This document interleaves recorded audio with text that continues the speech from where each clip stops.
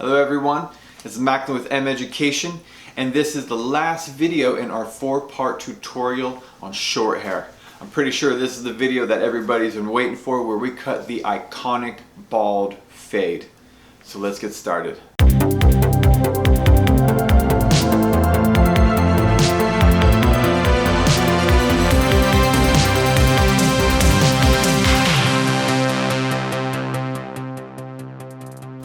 In this video, we're going to be touching on a lot of the same topics that we covered in the first video and also the third video. So if you haven't watched those yet, I definitely recommend you go back and check those out, because there's going to be a lot of information in those videos that I talk about and reference in this one.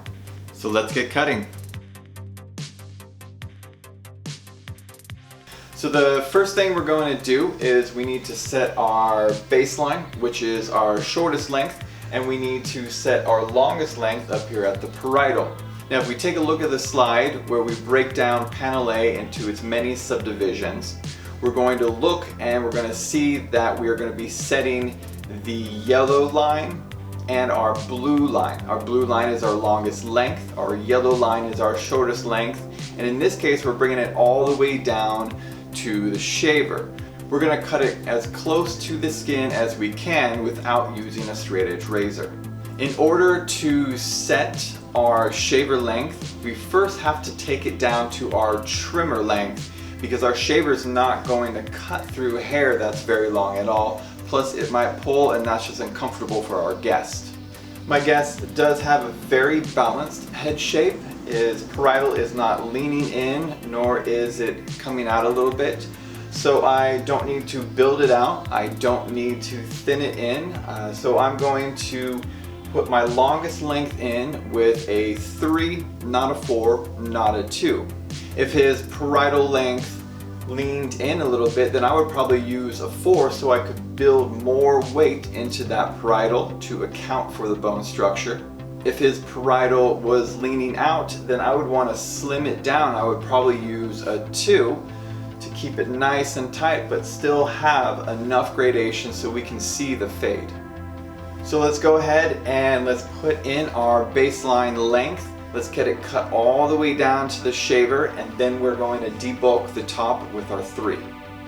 To set my baseline length, I'm choosing my stock trimmer. I'm choosing my stock trimmer because I can go teeth in to the hair, and I'm not going to set a line that I can't then blend out.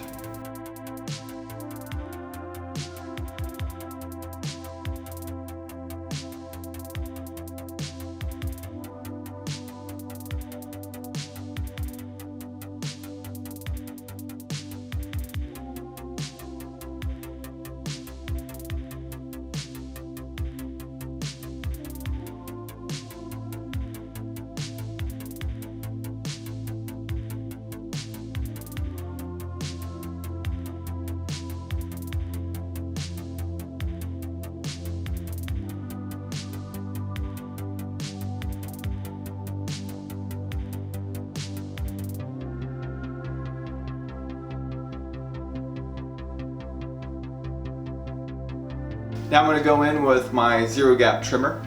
On its back, I'm going to take my baseline down even shorter to prepare it for the shaver.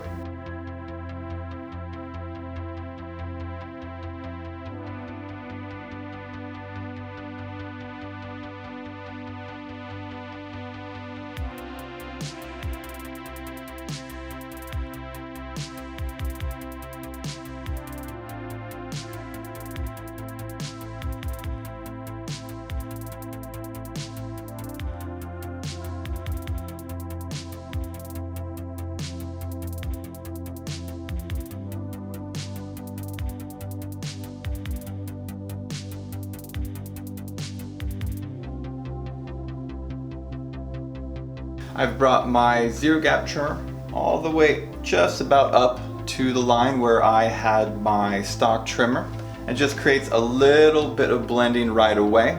Now when I put in my shaver length, I'm actually going to leave about a finger's width of my zero gapped on its back, because that is going to be that first step. Now if we go back to our diagram, we can see there's a little bit between the yellow foil shaver area and the orange trimmer. So that area is my zero gap trimmer on its back.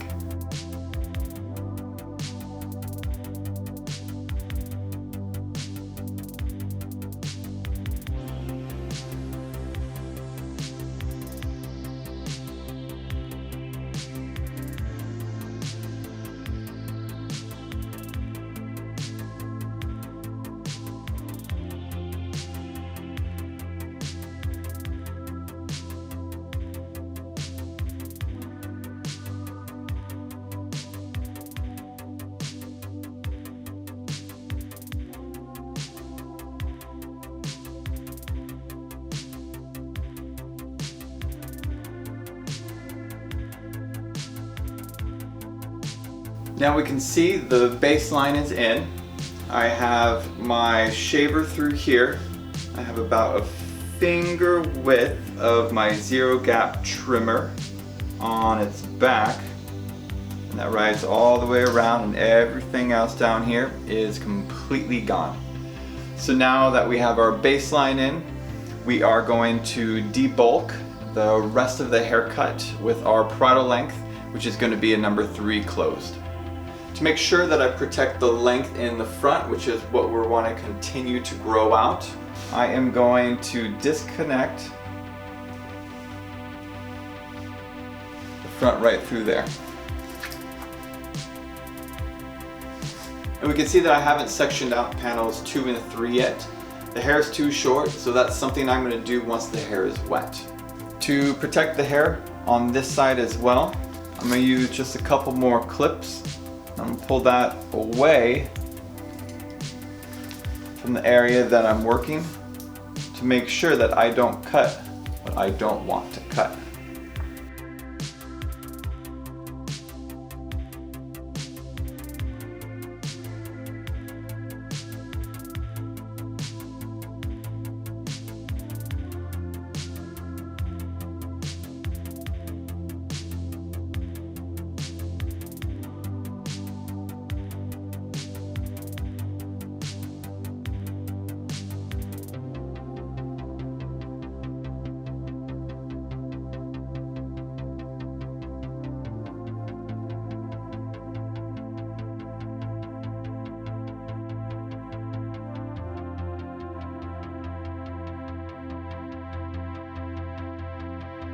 So we can see that I have a nice 3 all the way through. Still have a little bit of a weight line at the top. This is where my parietal ridge is. I'm going to hold on to that weight until the very end, and that's what I'm going to soften with a little bit of scissor over comb, just like the last video. So now my next step is I'm actually going to put in my zero open. Now if I were doing just a zero fade, all of this would just be a 0, and then I would put in about a finger's width of a zero open, in the same way that we did the bald taper fade in the last video.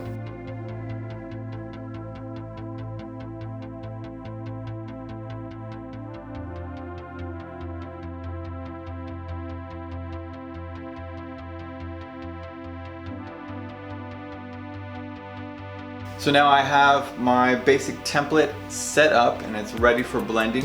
If we refer back to that other slide, we can see that I have the shaver length up to the yellow, my trimmer length up to the orange, I have my zero open up to the green, and then my parietal length up to the blue. And now if we go back to the slide that shows us how to work the fade, we can see that everything from the 3 to the 1 is going to come from the top down, and then everything from the bald to the half guard is going to come from the bottom up. So let's start bringing this down.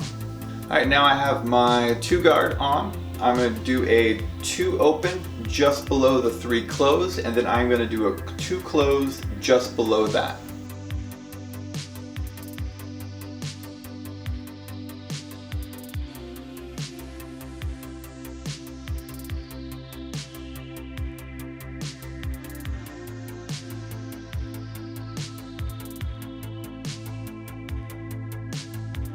Now I have my one guard. I'm going to do a one open just below the two closed, and then I'm going to do a one almost closed because I know my half guard is going to overlap. I'm going to do that just below that as well. You can also see that I am working just on one side of the head. Once I have my template in, I do one side, I do the other, and then I connect it through the back, just like we did in the last video.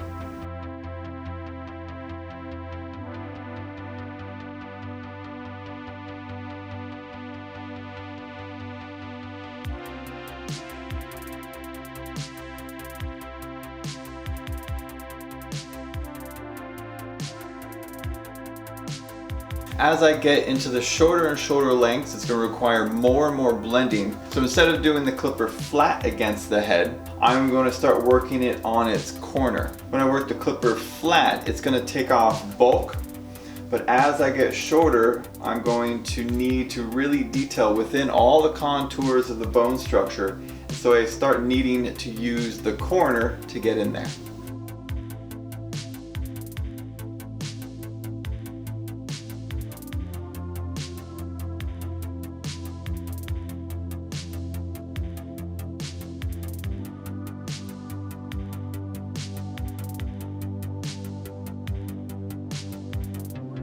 Now I'm done with the longer lengths, starting at the 3, moving into the 2, and then into the 1. Now I'm going to start at the bottom and I'm going to start pushing this fade higher. Remember, I do that because when I chase the fade, I tend to lean out the fade, and leaning out the bottom, making it a little bit longer, is going to give you a better gradation. Because remember, it's harder to blend shorter lengths of hair and make them look seamless than it is longer lengths. First thing I'm going to do is I'm going to take out the line between my shaver and my zero gap trimmer. Now remember, with the zero gap trimmer, as with the stock trimmer, you get different lengths if it's on its back or on its teeth. So on its teeth, it's going to give me that shortest length that's actually going to blend between the shaver and the zero gap trimmer on its back.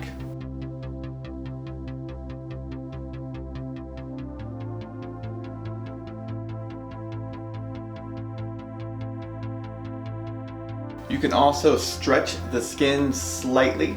That's going to help to stand the hair up to get a cleaner blend.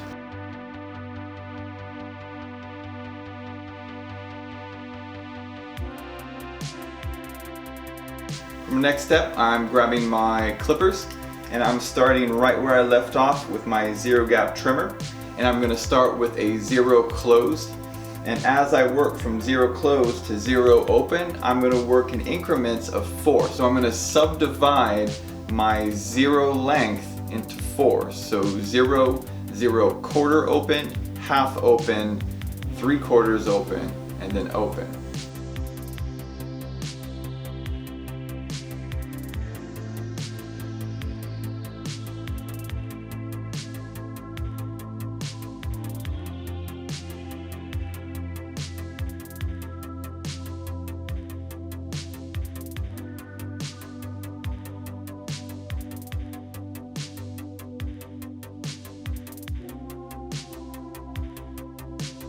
Now, if we remember the bald taper fade in the last video, we worked in very small increments and it was very focused, and I'm doing the same exact thing here.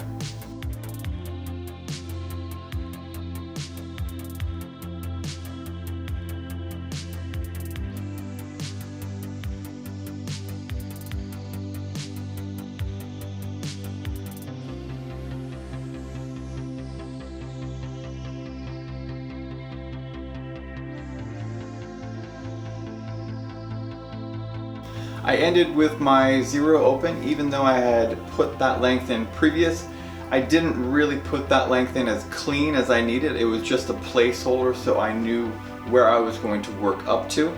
So I put it back in. Next, I'm going to put my half guard on, and I'm going to work my half guard closed, half open, and then open. By the time I get to open, I should be blending into my one.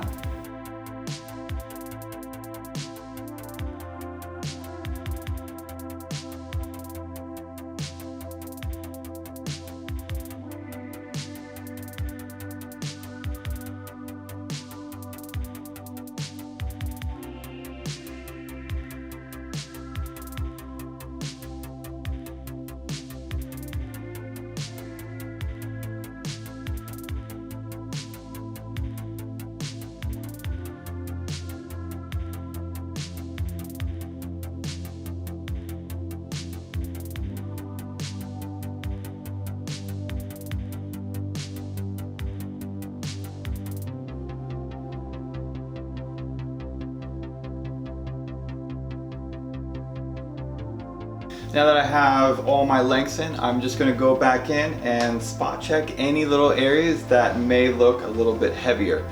Remember, if it's darker, that means the hair is longer. Most likely there is a small divot in the skull. You're going to need to use a shorter length, and you're going to need to use the corner to take that out.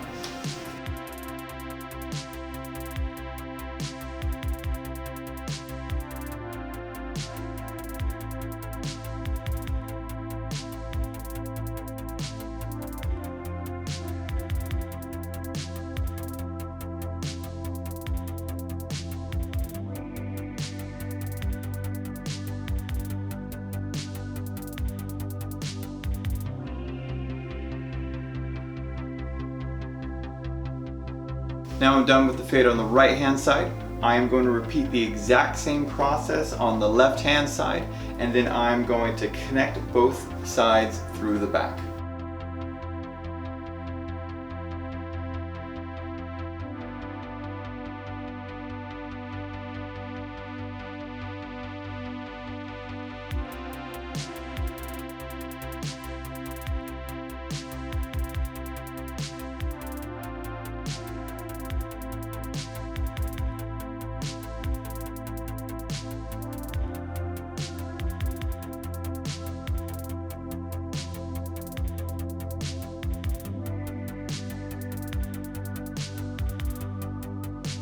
If we go back to all the theory that we've been talking about in all these videos, we know that diagonal sections blend. So if diagonal sections blend, then if I work diagonally one way and then the other way, I'll get a really good blend even when I'm using clippers.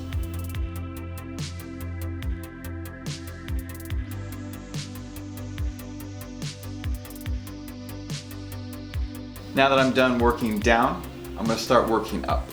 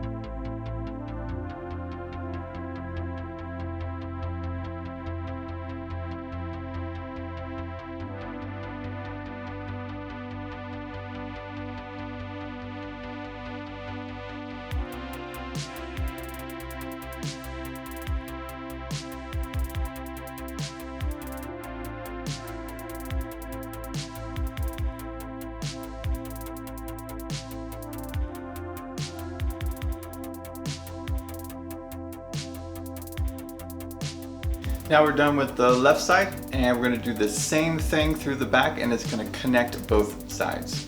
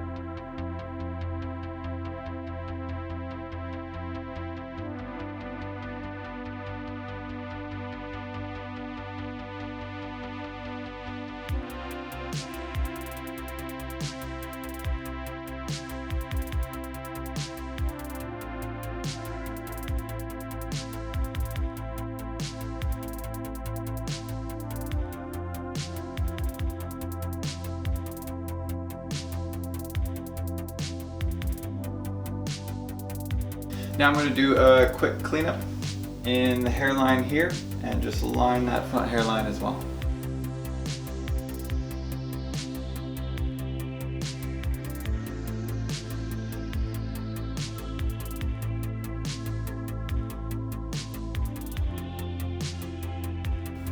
Now that we've finished the fade, I'm going to start working in panel 2. First thing I'm going to do is I'm going to divide panel 2 from panel 3. I'm just going to comb panel 3 back, and that will be the last that I work.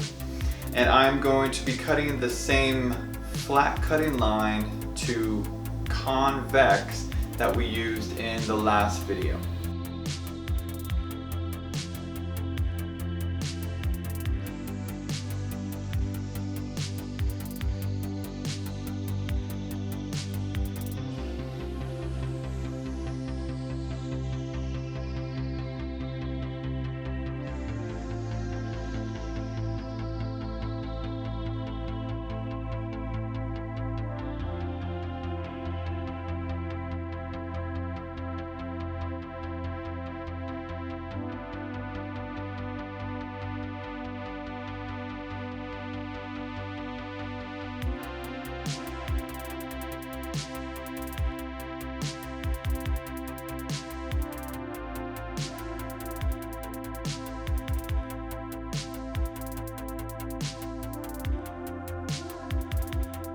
Now I've worked to my section just before I actually reach the recession area. What I want to do is I want to start doing a stationary guide because I want to preserve all of this length. Now I can do that in a couple ways. I can work section by section, over directing backwards to the same section, or for time, I can pull it all back into that one guide. Granted that I can still see that guide, so I know where to cut.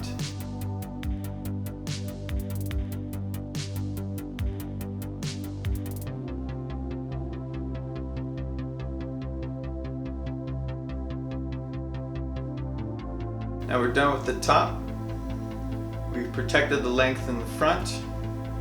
We still have it a little bit longer on this side, so it has enough length to reach the top ridge of the head. And we have a convex cutting line on this side, so we're not creating too big of a point of weight, so we don't have to refine all of that out later. Now I'm going to move into panel 3, and I'm going to use the same type of connection that I used in the same video.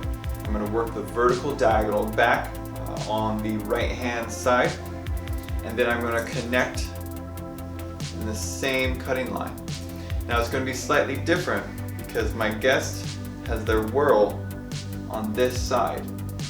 So I'm going to be working vertical diagonal back until I get to the whorl because I want to maintain length, or else this is going to start sticking up, and once it sticks up, there's nothing you can do.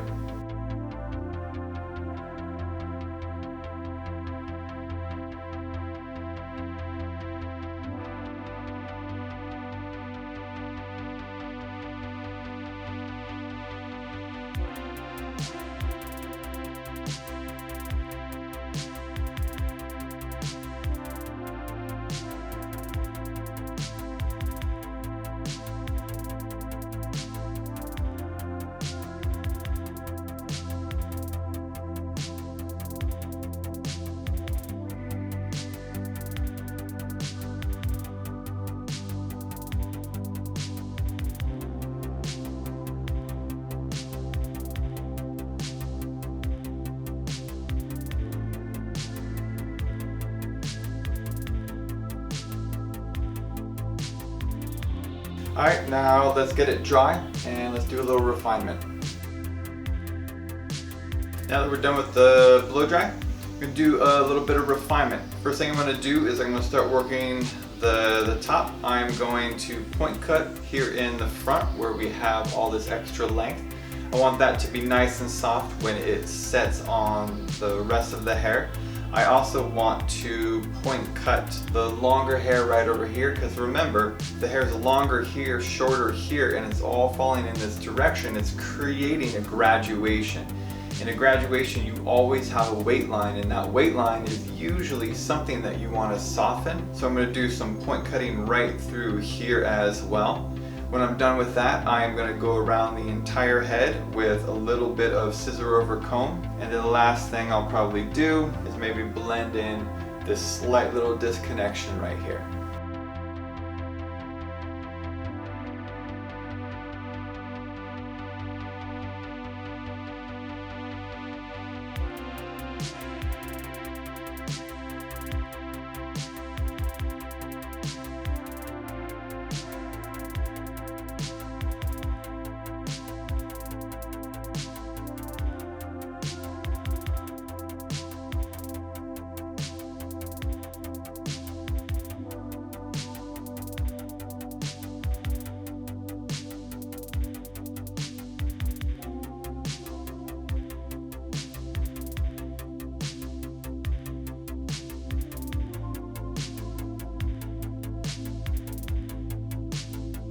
One last thing I'm going to do is I'm actually going to go through the area where I scissor over combed with my thinning shears. Now, I don't always use thinning shears, definitely don't use them in longer hair, but in shorter hair, in lengths that you cannot hold and point cut and you want to soften, thinning shears work great.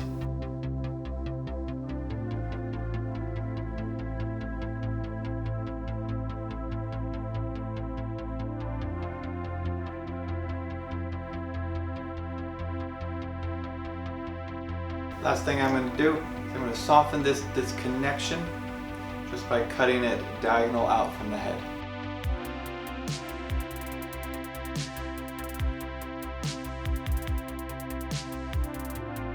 Alright, that's it. Let's get it styled up, take some photos, let's check it out.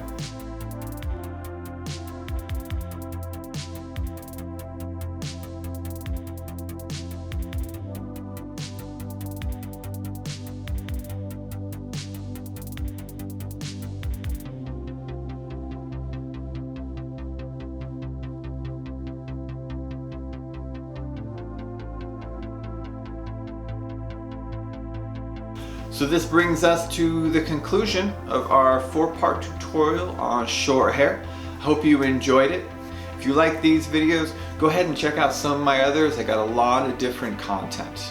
So until next time, I'm Macklin with M Education. Never stop learning. I'll see you next time.